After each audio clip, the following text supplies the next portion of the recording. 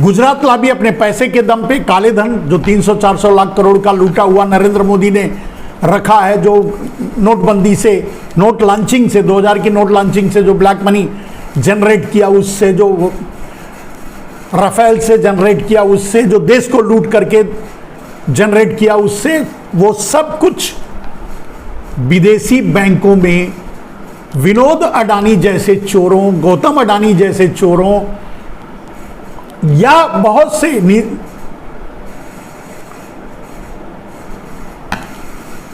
नीरव मोदी, मेहुल चौकसी, न जाने कितने हैं नाम, ललित मोदी, मोदी ही मोदी, तो न जाने कितने नाम हैं जिनको सिर्फ उन काले धन को एडजस्ट करने के लिए बसाया गया विदेशों में।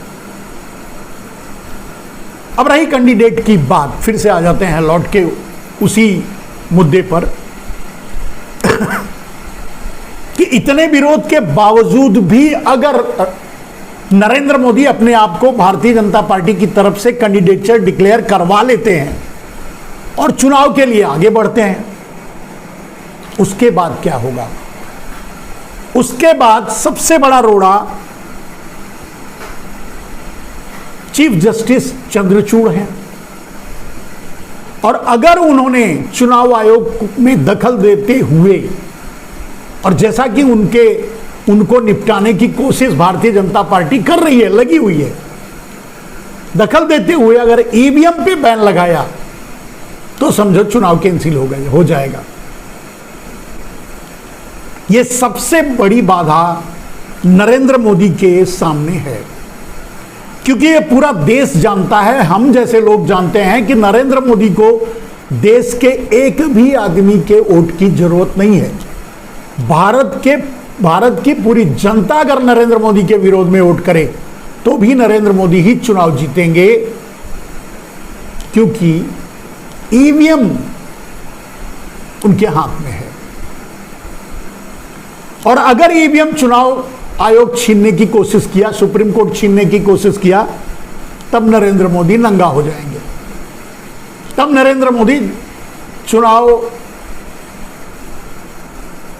टाल देंगे, भारत में इमरजेंसी लगा देंगे, नेताओं को बंद कर देंगे उठा करके, फिर उसके बाद जो होता है आप समझ रहे हैं वही करेंगे, क्योंकि उन्हें पता है कि वो चुनाव जीत नहीं सकते, सिर्फ चुनाव लूट सकते हैं, वोट लूट सकते हैं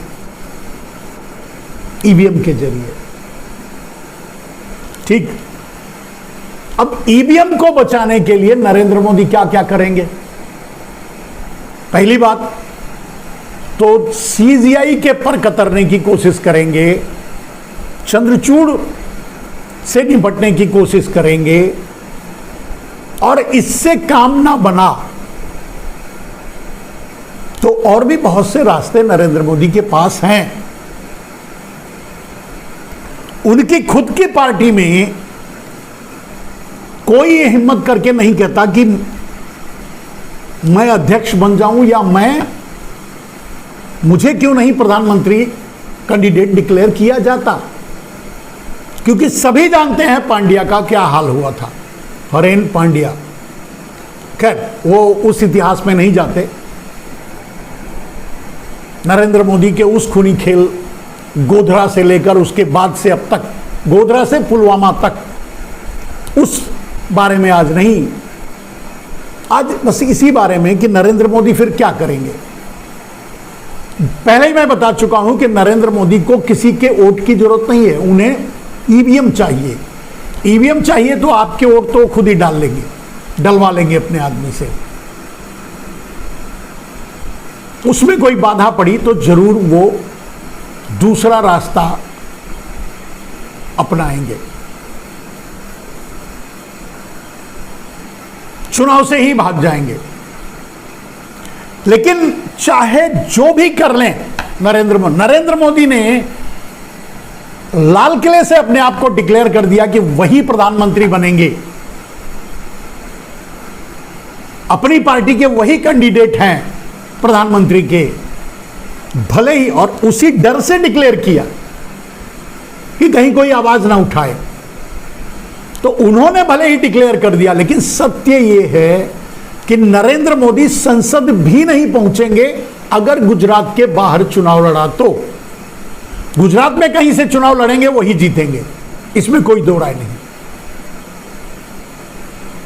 लेकिन गुजरात से बाहर कहीं चुनाव लड़ा तो संसद भी नरेंद्र मोदी नहीं पहुंचेंगे, प्रधानमंत्री की बात तो छोड़ दीजिए। और नरेंद्र मोदी चुनाव लड़ते हैं तो पार्टी फिर से कहीं 2 सीट पे न चली जाए, और दोनों सीट गुजरात की होगी, बाकी और कहीं से उन्हें वोट नहीं मिलेगा। ये तो सच है।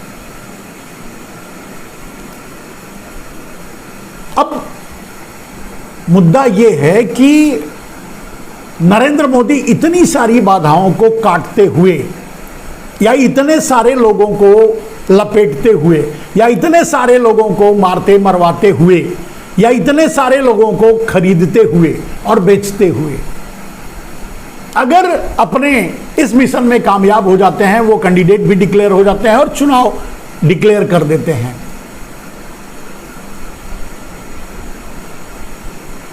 अगर चुनाव डिक्लेयर कर देते हैं और ईवीएम उनके हाथ में रहता है, तब तो किसी भी कीमत पे वो चुनाव जीत जाएंगे। लेकिन देश में माहौल बनाने के लिए कि लोग वोट उन्हीं को दे रहे हैं, ये माहौल क्रिएट करने के लिए भी वो क्या करेंगे? मणिपुर या हरियाणा जैसे दंगे करवाएंगे। दंगे तो अभी प्लान कर सकते हैं वो छत्तीसगढ़, राजस्थान और मध्य प्रदेश में।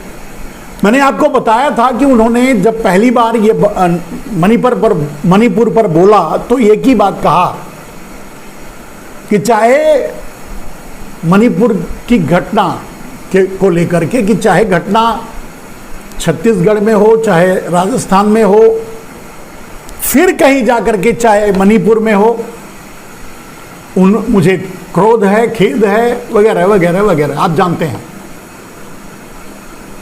मणिपुर को सीधे उन्होंने मुद्दा नहीं बनाया। तब मैंने कहा था कि नरेंद्र मोदी इशारा कर रहे हैं मध्य प्रदेश वालों को, अपने जो अंडरग्राउंड अंडर कवर एजेंट हैं नरेंद्र मोदी के, जैसे किरण पटेल और एक ठग और बीच में आया था, तो ऐसे अंडर कवर एजेंट हैं जो अंडर कवर रूप से काम करते हैं मोदी के लिए।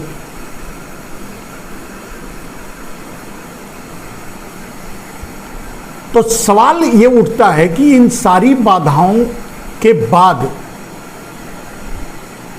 नरेंद्र मोदी अगर अपने आप को कैंडिडेट डिक्लेयर करने में कामयाब हो जाते हैं, सबको पीछे करके, तो और ईवीएम बचा रहता है, तो वोट की जरूरत नहीं है, माहौल की जरूरत पड़ेगी। माहौल बनाने के लिए क्या करेंगे नरेंद्र मोदी? मणिपुर जैसे, नूह जैसे, हरियाणा जैसे दंगे करवाएंगे, चीन से मिलकर कुछ खुराफात करवाएंगे। थोड़ा आगे जा, आजा, मैं बोलूंगा तो थोड़ा पीछे चले जाना, क्योंकि नरेंद्र मोदी चीन के चेले हैं। नरेंद्र मोदी को प्रधानमंत्री बनाने में भी चीन का हाथ है, और अब तक नरेंद्र मोदी आने के बाद से बहुत बड़ा कर्ज उतार चुके हैं चीन का, बहुत बड़ा फायदा पहुंचा चुके हैं चीन। इसके बारे में मैं कई बार बोल चुका हूं, जियो से लेकर के बहुत सी चीजें, वो जाने दीजिए, आज मुद्दे की बात पर रहते हैं। तो माहौल बनाने के लिए नरेंद्र मोदी गोधरा से लेकर पुलवामा तक कोई एक घटना जो वह करवाते रहे हैं, ऐसी कोई एक घटना करवा सकते हैं। पाकिस्तान से सीधे युद्ध लड़ने के लिए, वो भी मिली जुली तरीके से युद्ध लड़ने के लिए तैयार हो सकते हैं, खुराफात कर सकते हैं, चीन से मिलजुल करके हमले करवा सकते हैं, कर सकते हैं, या पूरे देश में दंगे करवा सकते हैं, जैसे मणिपुर में बांटा, लूटा और आग लगाई। तो इस तरह के काम करके नरेंद्र मोदी एक माहौल क्रिएट करने की कोशिश करेंगे जिसमें यह लगे कि लोगों को नरेंद्र मोदी में भरोसा है और लोग वोट उनको देंगे। कोई देगा नहीं, क्योंकि लोग नरेंद्र मोदी पुलवामा जैसी घटना करवाएं, ये मैं नहीं कह रहा हूं, ये तो उनके सतपाल कह रहे थे, इसलिए मैं कह रहा हूं कि पुलवामा जैसी घटना अगर करवाएं तो भी लोगों को पता है कि नरेंद्र मोदी ने करवाया है, पता होगा और लोग समझेंगे और इसलिए इसका कोई असर नहीं होगा, उसके बाद भी उनको वोट नहीं देंगे। लेकिन उस माहौल से नरेंद्र मोदी फिर ईवीएम के जरिए चुनाव जीत लेंगे, प्रधानमंत्री बन जाएंगे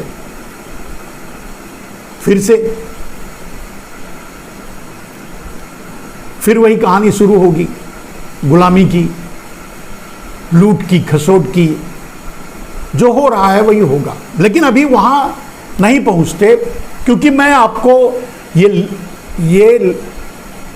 ये जिस तरह से नरेंद्र मोदी ने चैलेंज किया है ओपन कि वही प्रधानमंत्री बनेंगे, वही लाल किले पर 2024 का भाषण देंगे, उसी तरह से मैं चैलेंज करता हूं कि नरेंद्र मोदी किसी भी कीमत पे प्रधानमंत्री नहीं बनेंगे, यहां तक कि संसद में भी नहीं पहुंचेंगे अगर गुजरात से चुनाव नहीं लड़े तो।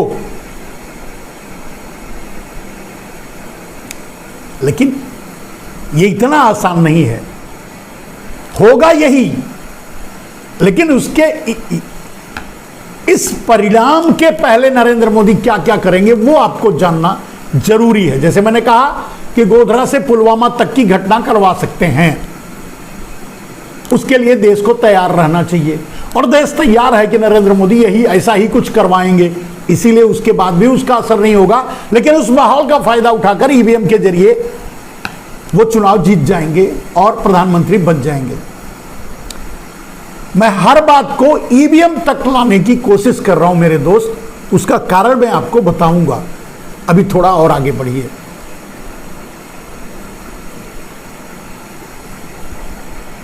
लेकिन एक बुरे सपने की तरह थोड़ा सोच के देखिए कि अगर मान लीजिए 2024 में नरेंद्र मोदी प्रधानमंत्री बन गए तो क्या करेंगे,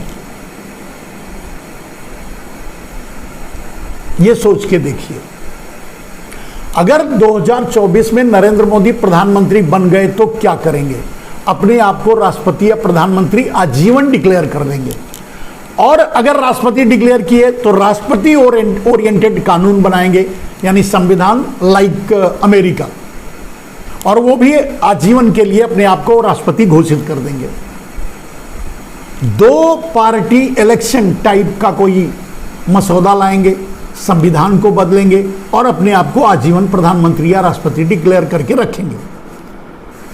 बुरे सपने की बात कर रहा हूं, ऐसा होने वाला नहीं, लेकिन अगर हो गया तो क्या होगा वो आप सुन लीजिए और फिर डरते रहिए इस बात से। और क्या करेंगे? दिल्ली को उठा करके दिल्ली की राजधानी जूनागढ़ ले जाएंगे।